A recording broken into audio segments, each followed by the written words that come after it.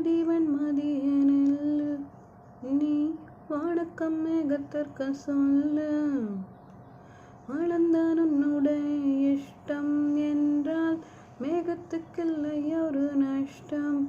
உன்னை இன்றோடு நான் மறப்பேனே உன்னாவில் நெஞ்சல் புத்தற்காதல் மேலும் மேலும் துன்பம் வேண்டாம்.